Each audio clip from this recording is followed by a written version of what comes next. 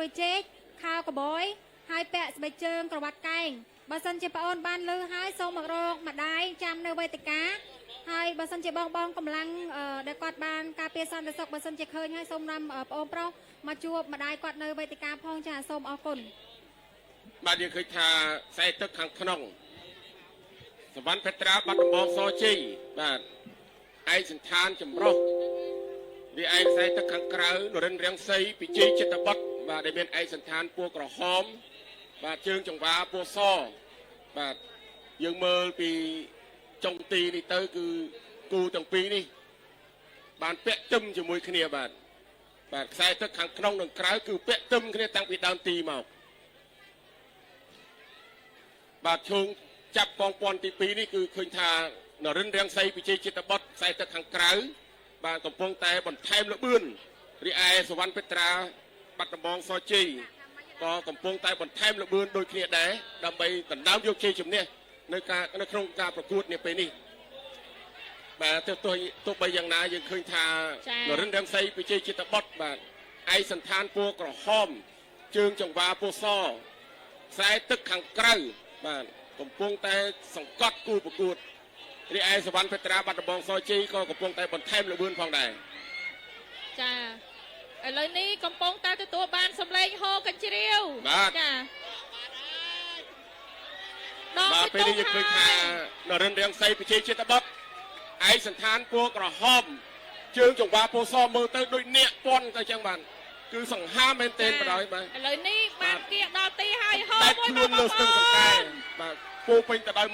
មោទនភាពខ្ពស់បាទទទួលបានជ័យជំនះបាទជ័យជំនះបានទៅលើនរិនរាំងសីពិជ័យចិត្តបុត្របាទខ្សែទឹកខាងក្រៅ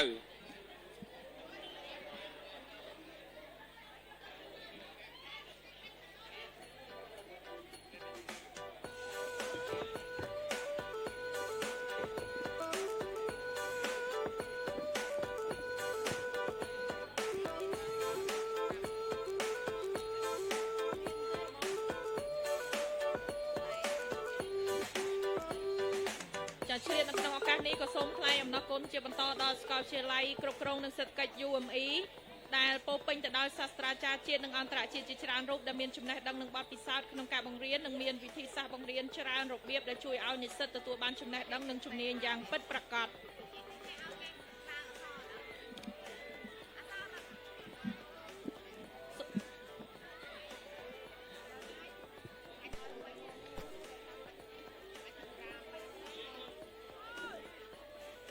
ឆ្លៀតក្នុងឱកាសនេះសូមថ្លែងអំណរគុណដល់សប្បុរសជនដែលបានឧបត្ថម្ភទូករតនៈសម្លូតមានជ័យរបស់ស្រុកសម្លូតជាបន្តសូមអរគុណដល់លោកសូតសំអល់មេបញ្ជាកា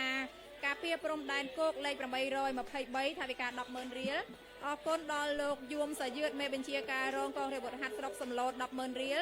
លោកពុនលីនាយកអង្គការខេត្តថាវិការ 10,000 រៀលចាសសូមគោរពថ្លែងអំណរគុណចាទូគូទី76ខ្សែទឹកខាងក្នុងបណ្ណនមានជ័យបារមីតាដំបងដែកពាក់ផ្លាកលេខ10ឯកសន្តានពណ៌ស្លាទុំចានឹងជួបប្រកួតជាមួយនឹងទូកអនន្តនាគរាជខ្សែទឹកខាងក្រៅពាក់ផ្លាកលេខ9ចា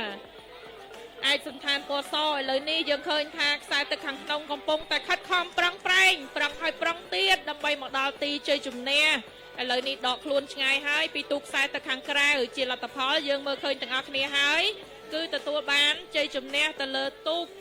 បណ្ណនមានជ័យបារមីតាដំបងដែកខ្សែទឹកខាងក្នុងចា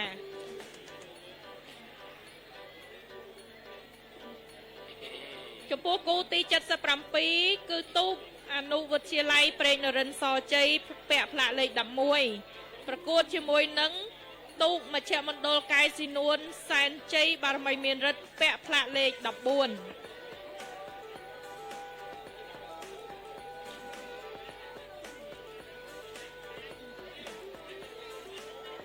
ឥឡូវនេះគូទាំងពីរក៏កំពុងតែធ្វើដំណើរមកសន្សឹម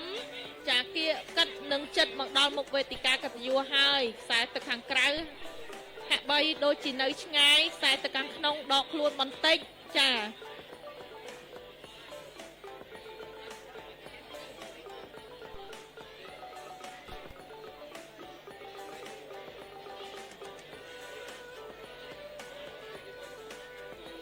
ឯដំលោកជំទាវលោកលោកស្រីអ្នកនាងកញ្ញាប្រិមិត្តបងប្អូនប្រជាពលរដ្ឋទាំងអស់គ្នាជាទីមេត្រីចាទូកអនុវិទ្យាល័យព្រែកនរិនសជ័យខ្សែទឹកខាងក្នុងចាខ្សែទឹកខាងក្រៅគឺទូកមណ្ឌលកែស៊ីនួនសែនជ័យបារមីមានរិទ្ធហាក់បីដូចជាឃ្លាតគ្នាឆ្ងាយមែនតែនចាទូកខ្សែទឹកខាងក្រៅក៏ខំប្រឹងប្រែងឥឡូវនេះទូកខ្សែទឹកខាងក្នុងក៏បានមកដល់ទីជ័យមុនខ្សែទឹកខាងក្រៅទៅហើយចា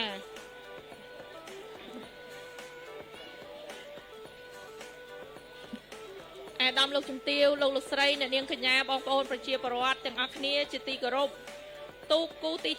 78ទូកយុវជនបាត់ដំបងសជ័យបារមីគង្គាពាក់ផ្លាកលេខ12ជួបប្រកួតជាមួយនឹងទូក DID មានជ័យបារមីកូននាគពាក់ផ្លាកលេខ13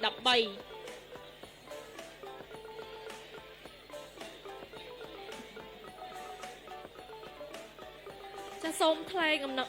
ចាសូមអរគុណដល់ហាងមាសតាំងសុខីហាងមាសតាំងសុខីមានលក់គ្រឿងអលង្ការគ្រប់ប្រភេទអាស័យដ្ឋានផ្ទះលេខ136ផ្លូវលេខ2ខាងត្បូងសាណាត់ក្រុងបាត់ដំបងខេត្តបាត់ដំបង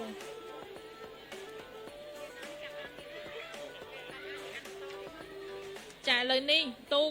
យុវជនបាត់ដំបងសជ័យបារមីគង្គាខ្សែទឹកខាងក្នុងក៏កំពុងដកខ្លួនឆ្ងាយហើយពីទូក DID មានជ័យបារមីកូននាគចាទោះបីជាយ៉ាងណាគូទាំងពីរចាដកខ្លួនឆ្ងាយក៏ខ្សែទឹកខាងក្រៅនៅតែខិតខំប្រឹងប្រែងចាដើម្បីប្រណាំងប្រជែងជាមួយទូកនឹងទូកខ្សែទឹកខាងក្នុងប៉ុន្តែចាអត់ដឹងថាដូចជាមិនអាចតាន់ខ្សែទឹកខាងក្នុងទេឥឡូវនេះចាខ្សែទឹកខាងក្នុងបានមកដល់ទីជ័យជំនះមុនហើយគឺជ័យជំនះបានទៅលើយុវជនបាត់ដំបងសជ័យបារមីគង្គា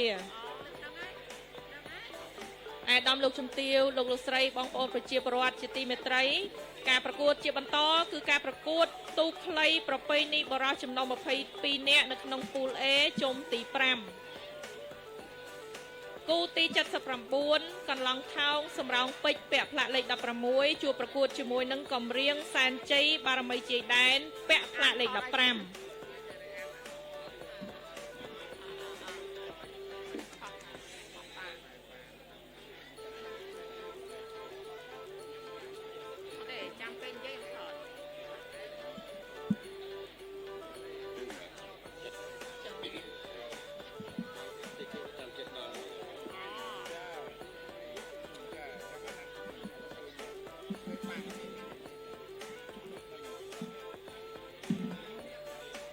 លោកលោកស្រីអ្នកនាងកញ្ញាបងប្អូនប្រជាពលរដ្ឋទាំងអស់គ្នាជាទីមេត្រីយើងក្រឡេកមើលទៅក្នុងដងស្ទឹងសង្កែចា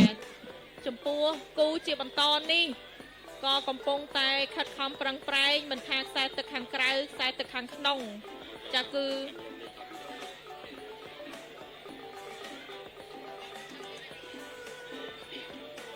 បាទខ្សែទឹកខាងក្នុងកន្លងថោងសំរោងពេជ្របាទយ៉ាងម៉េចហើយបាទខ្សែទឹកខាងក្រៅសង្គមមកកិច្ច